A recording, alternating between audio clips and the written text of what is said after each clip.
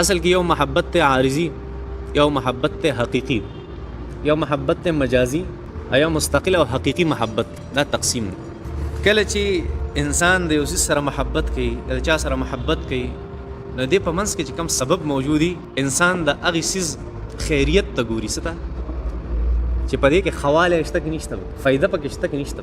آسان الفاظ ګوي فایده پکې شته که نشته. انسان چې د بل انسان سره محبت کوي د سبب بنیاد کوي، د فایدې په بنیاد. اوس دا فواید چې دا الله جل شانو تقسیم کړي دي، نو څه فواید هغه مستقل دي، هغه بدلیږي را بدلیږي هم نه، او څه فایدې داسې دي چې هغه بدلیږي را بدلیږي غیر مستقل. نو کم محبت چې د یو مستقل سبب په بنیاد باندې، د نه بدلیدونکي سبب په بنیاد باندې یو محبت جوړ شي، دا د قیامت پورې په جنت کې هم دا نشي بدلېدی، په جنت کې هم دا محبت نشي ختمېدی. خو که چېرته د یو محبت بنیاد په داسې فایده باندې چې هغه غیر مستقل فایده یا داسې چې بدلیدونکي فایده، نو بس د دغې سبب د بدلیدو سره سره هغه محبت هم بدلی. د دې خوښ دی، د دا خوښ دی.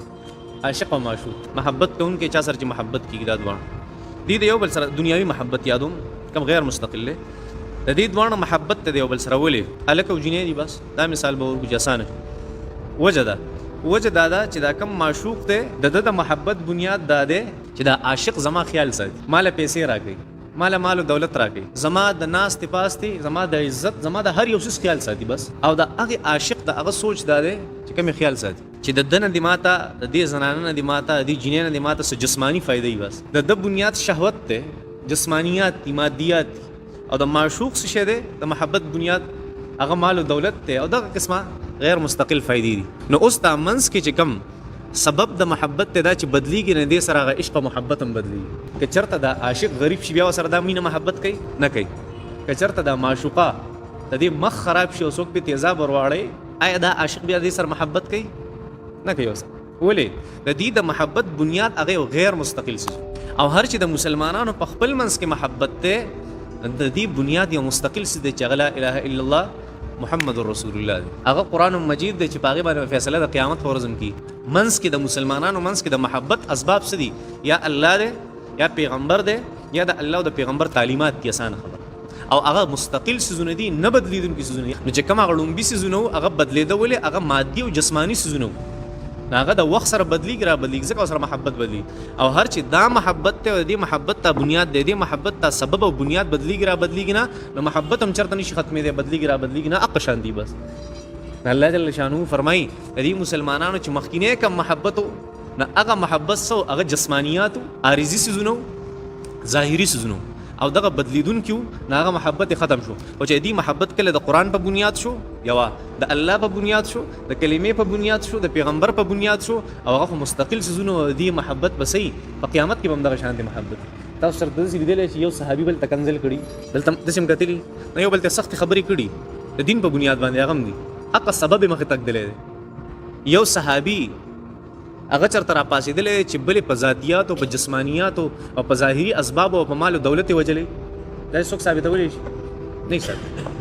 یو صحابي چېرته د بل صحابي نه توی کړی د مال دولت دپاره، د دنیا دپاره، د جسمانیاتو دپاره، مادیاتو، یو داسې څوک ثابتولی نه شي. د مرګه پورې هغه صحابه کرام په هغه محبت باندې ولې پاتې شو؟ ځکه چې ذریعه سبب د محبت سو مستقل مضبوط. مسلمانانو محبت چې په منځ کې هغه د سبب بنیاد وي، د یو روحاني سبب، د یو مستقل سبب، د نه بدلیدونکي سبب په بنیاد باندې، دا بیا چېرته هم نه ختمېږي، په قیامت کې هم نه ختمېږي. څنګه؟ دې دواړو مثال درکوم. الله جل شانه سورې زخرف کې فرمایي چې الاخلاء یومئذ بعضهم لبعض عدو الا المتقین.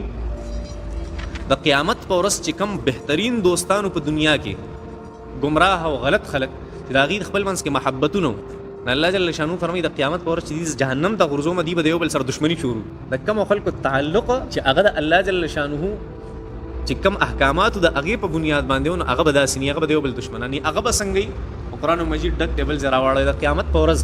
تاسو ته ما ووي چې د مسلمانانو خپل منځ کې تعلق د سبب بنیادو د الله جل شانو، د ایمان په بنیاد، فرشتې وي منځ کې، روحانیات موجودو په منځ کې. څه روح یو مستقل څیز دی، غیر مستقل جسم یو غیر مستقل څیز دی، روح مستقل څیز دی، ځکه الله جل شانو دا روح د خپل نور نه جوړ کړی دی، او نور یو مستقل څیز دی، غیر مستقل څیز دی. بل اوس چې د دې د محبت هغه کوم سبب دی، هغه نوراني دی او روحاني دی، چې د قیامت په ورځ که فرشتو ته مخامخ کېږي، نو فرشتې ورته څه وایي؟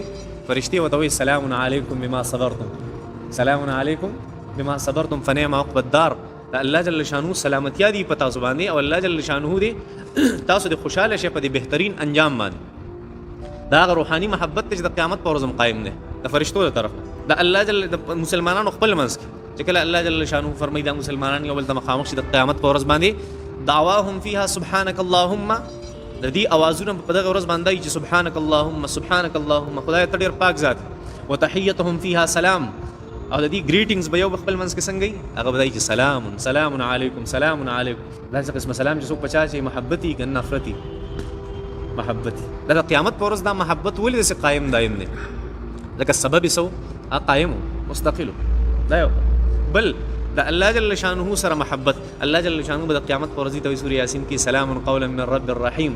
اے زما بندگانو زما طرف نه بتاو سلام. دا محبت ولې قائم دی ځکه چې بنیاد شې د مستقل بنیاد. دا فرق د مسلمان او د غیر مسلم د یو نیک انسان او د گمراه انسان په محبت کې. چې کم محبت هم انسان په خپل منځ کې ساتي کدا د یو داسې بنیادی پکې په منځ کې داسې یو سبب پکې منځ کې داسې یو ذریعہ په منځ کې چې هغه مستقل نه د محبت په مستقل او کدا داسې سبب او داسې ذریعہ او داسې یو سیس منځ کې موجود داسې بنیادی چې هغه غیر مستقل د محبت په صورت پس ختم شي.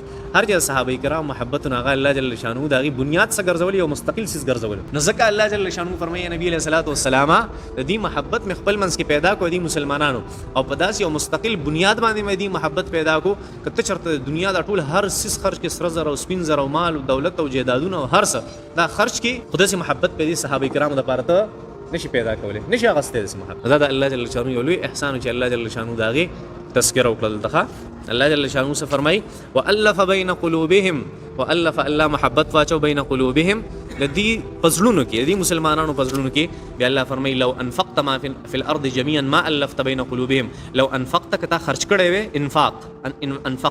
انفاق خرج کول لو انفقت کتا خرج کړي وې ما هغه فی الارض چې پزما کې دي جميعا ټول الله فرمای ما الفت بین قلوبهم ما الفت تب محبت نو اچول بین قلوبهم د دې پزړونو کې ولکن الله الف بینهم ولکن الله الف بینهم الف محبت واچو بینهم د دې په منځ کې. هغه تقریبا سفیان ثوری رحمت الله علیه خپل شاګرد ته وصیت کو تاسو ته مخکې ما ویلو تقریبا سورۃ انعام په دې آیت مبارکه کې چې وما من دابة في الارض ولا طائر يطير بجناحيه الا امثالكم. په دې ځمکه او په دې هوا کې چې دا څه ګرځي او په ځمکه باندې ګرځي ځناور دا ستاسو په شان یو مخلوق دی. الله فرمایي په دې کې مې ته ویل یو عالم خپل شاګرد ته وصیت کړی چې ځان د دې زناور په شان دې مکواز دې زناور په شان دې زناور په شان دې زناور په شان ټول وته ویلي. اخر کې وته خبره کړي وې ځان خنزیر ما جوړا وسه خنزیر که په ټوله معاشره کې ګرځي کنه قسم خوراکونه مدته کې دي هغه خپل خوراک نه چرته ډیران کې چرته د ډګ بول ګوري او هغه خوري نو د خنزیر په شان ځان ګرځوا ځکه خنزیر په پاکو خوراکونو کې ځان لګنده خوراک ګوري. په مجلس کې پاکي خبر نن مې وشي هغه نه خوري او یو خبره پکې سي وشي چې طبيعت خلافي هغه سیس دی خوري. دا د خنزیرانو کاری دا د انسانانو کار نه دی. دا داسي خدای مې امانت نو دا چرته نه وای چې زه بچته چانه ویریږم یا بسوک د چا زما خبره وسینه نه آرام کینی صرف د یو ذات نه یریږم چې هغه الله جل شانو دی. د خپل مشرانو خیال ساتم. مشران سوي چې لګه حکمت پدې کې رضایم ښه داسې کوا مشران کوي دا غي لحاظ ساتل پکاري خیال ساتل پکاري په خپل ځای باندې او یاره صرف د چانه پکاري خالص ته الله جل شانو یاد سات. او چې کله انسان داسې جوړ شي کنه د طبيعه په ژوندۍ کې هر مشکل لازمه ته الله ولاړي الله جل شانو د خیال ساتي ښه صحیح ده.